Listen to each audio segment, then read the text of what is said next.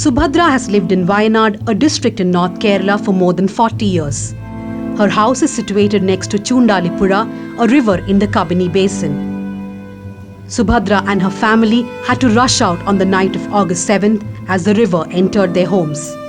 It was a repeat of last year's terror. But what the 60-year-old says clearly is that never before has she seen the wrath of nature so powerful. ഇതിൻ്റെ മുമ്പ് മഴയുണ്ടായിട്ടുണ്ട്. ഞങ്ങളിങ്ങനെ മഴയൊക്കെ ആകുമ്പോൾ വെള്ളം കയറിയാൽ അടുത്തൊരു വീട്ടിലേതിലെങ്കിലും പോകും, സാധനങ്ങളൊക്കെ മാറ്റി 2 ദിവസം അവിടെ നിൽക്കും, തിരിച്ച് വീണ്ടും അവിടെ തന്നെ വന്ന് അടിച്ച് കഴുകി ഞങ്ങളവിടെ കിടക്കും. അപ്പോൾ ഈ 40-41 കൊല്ലത്തിലിടയിൽ ഇത് ആദ്യമായിട്ടാണ് ഇങ്ങനെ ഒരു വെള്ളവും മഴയും. ഇനി ഇവിടെ നിന്ന് ഇറങ്ങിയിട്ട് എവിടെ പോകും, എന്ത് ചെയ്യുമെന്ന് ഞങ്ങൾക്കൊരു ലക്ഷ്യമില്ല. Across relief camps in Kerala, hundreds like Padmini huddle together, wondering how to rebuild their lives. There is one thought that echoes through them all. No one has seen flood fury like this. ഞാൻ ഇവിടെ 40 വർഷം അങ്ങോട്ട് കല്യാണം കഴിച്ചു കൊണ്ടുവന്നത് തന്നെ. പിന്നെ എൻ്റെ ജീവിതത്തിൽ ഞാൻ ആദ്യമായിട്ട് കാണുന്നതാണ് കഴിഞ്ഞ വർഷത്തെ ഈ വർഷത്തെ ഈ പ്രളയം. പിന്നെ എല്ലാം നശിച്ചു. ഇനിയിപ്പോൾ ഒന്നും നശിക്കാനില്ല. ഞങ്ങളുടെ ജീവൻ മാത്രമേ ഞങ്ങൾക്ക് കിട്ടിയിട്ടുള്ളൂ. Kerala was staring at a huge rainfall deficit until August 1st this year. But between August 8th and August 14th, the state witnessed extreme rainfall of 758 centimeters against the normal of 159 centimeters. That's a whopping excess of 387%. A majority of this rain was focused on just 4 districts: Wayanad, Kozhikode, Palakkad and Malappuram.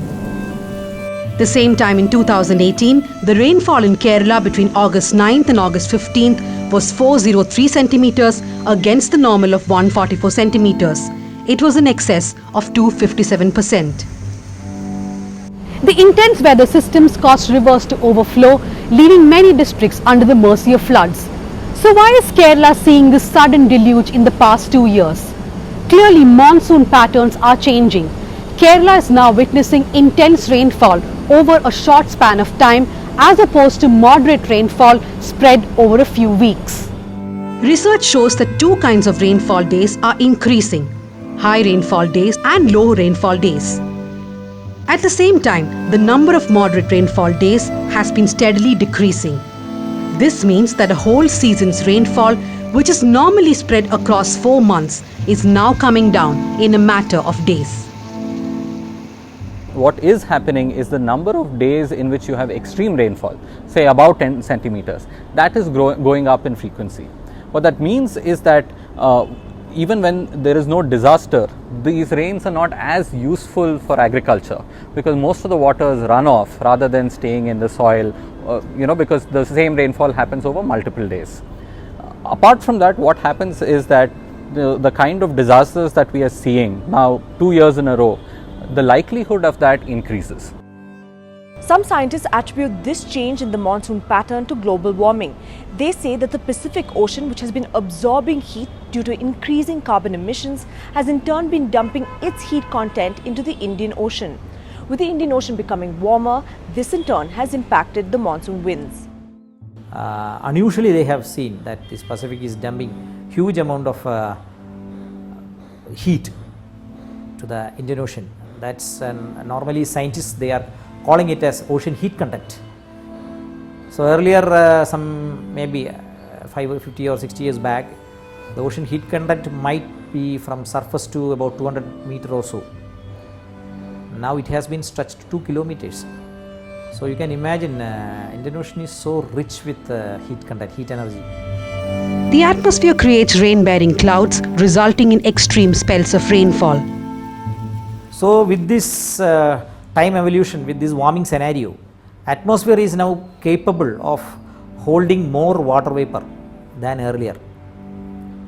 So in a plain language we can say that earlier when we will be getting rain, maybe an example we can say, maybe 10 raindrops will be there. But in an extreme event, in the same area, maybe 100 raindrops you will be getting from a cloud. Because atmosphere is capable of holding more water vapor, as well as ocean is ready to supply more water vapor to atmosphere. So both are actually feeding to the feeding background for this cloud droplets. So that has been changed. And while extreme rainfall is one reason for the deluge, Kerala's unique topography and narrow rivers contribute immensely to the scale of disaster. Kerala is having a peculiar topography. It's a very narrow strip of land. It is having steep slopes. So the entire rainwater, most of the areas from the western Ghat to sea, it will reach 24 hours. But when you are having a rainfall, that is heavily localized rainfall in the Ghats. From the catchment areas, it will reach to your river is very small time of 3 to 4 hours. Your rivers are, Kerala rivers are very narrow compared with the other rivers in the country like Godavari or Krishna or our Kaveri. So your Periyar and other things will breach if you are having around 300 to 400 millimeter rainfall. More than the deluge, it is the big landslides that wreaked havoc in Kerala. One of the biggest factors for the floods and landslides is the unrestrained development with environmental norms severely diluted.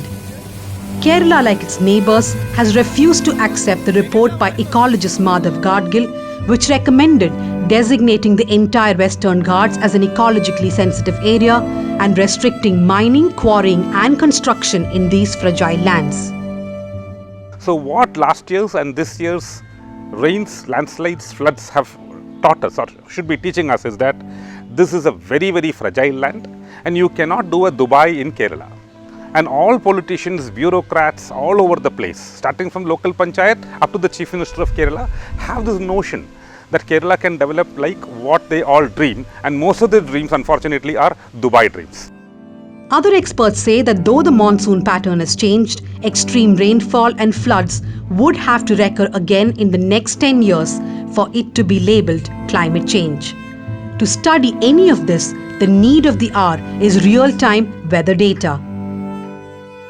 Though the relationship between climate change and monsoon is a quite difficult one to understand, what we need is actually the ability to measure the weather on a day-to-day basis much better.